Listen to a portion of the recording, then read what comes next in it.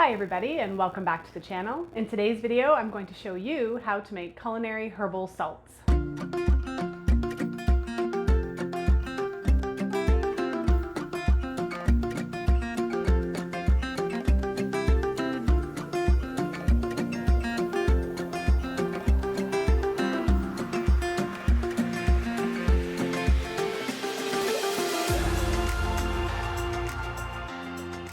So it's a really rainy, blustery, melancholy kind of day, and it's a perfect time to get a little bit of preserving done. And now that I've harvested all of my culinary herbs for medicinal purposes, and yes, I do use things like rosemary, thyme, and oregano in clinic, I have an overabundance of these herbs available. And how can we preserve them? One of my favorite ways to preserve them is to make a herbal salt.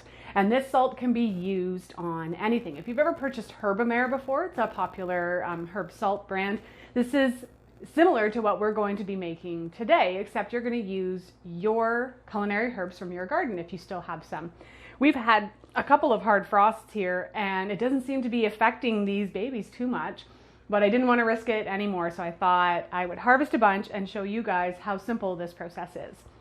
So there's no real right or wrong way to do this, and you can use herbs that you enjoy and that you grow. So today we're going to be using garden sage, rosemary, thyme, and then some of our oregano. And if you have marjoram, if you have basil still, you can absolutely add these in as well. If you just want to make a rosemary salt, you can do that. If you just want to make a thyme salt. Like I said, there's no real hard and fast rules. So what I'm going to show you first is how I processed most of the herbs to prep them for making the salt. So when you're processing your herbs to make your herb salt, some of the herbs you're going to be using are going to have pretty woody stems. Like rosemary is a great example.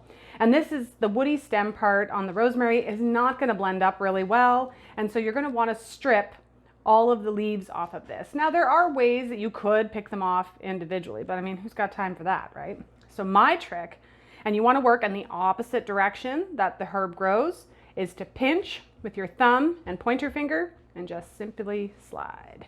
And then just at the top here, you'll have to pull those ones off. But that strips all the leaves off. So you can do the same thing with thyme. Thyme's got a pretty woody stem as well. So I would just strip all those leaves off. See how easy that was? So that's going to save you a lot of time in terms of processing. When it comes to sage, and I did the same thing with the oregano because my oregano had actually already flowered. With sage, I just don't want a lot of the stem in, so I'm just going to pick the leaf off and add it to the pile. So as you can see, I have fairly equal portions of my garden sage, my rosemary, my thyme, and my oregano. Again, world is your oyster in this part. You could even get really fancy and start making, like Herbe de Provence salts or things like that. So don't let just the culinary herbs that we always think about be your only guide. The only thing I would maybe avoid adding would be like large cloves of garlic. They're very, very wet and it would probably take a long time for your salts to dry.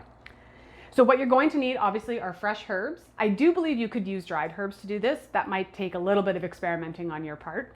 So you're going to need fresh herbs and you're going to need a good quality salt. So we buy our sea salt in bulk. So what I'm doing now is I'm going to measure out how many herbs because you want equal portions of herbs to salt. So if you have 4 cups of culinary herbs, you want to add 4 cups of salt. So I'm just going to kind of do a loose measurement now just to see how many herbs I have.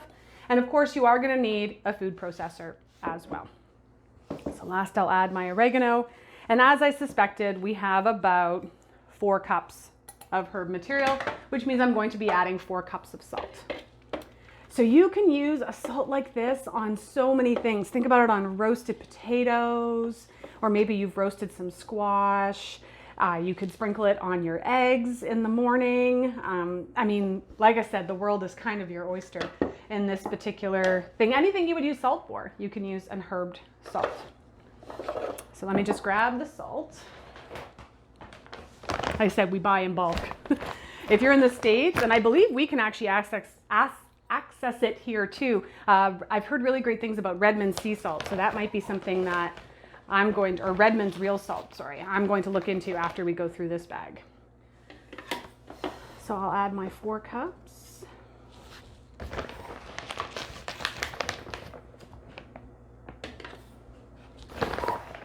So what kind of things are you guys preserving right now?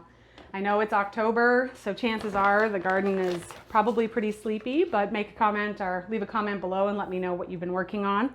This morning, my husband and I made 2 batches of fermented dilly beans and 2 batches of fermented tomatoes for tomato sauce. So there's still work to be done. We're not quite ready for the long winter slumber yet. So you've mixed your herbs and your salts in. You're gonna lock your lid in place, and this is where it's gonna get loud. Now I usually start by just pulsing first to kind of break up some of the herbs.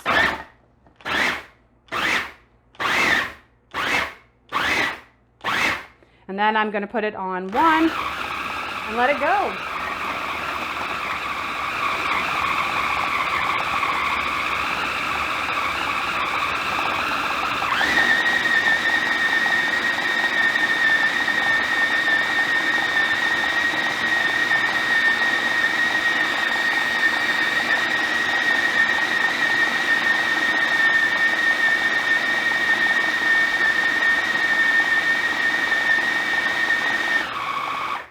Check in on it and see.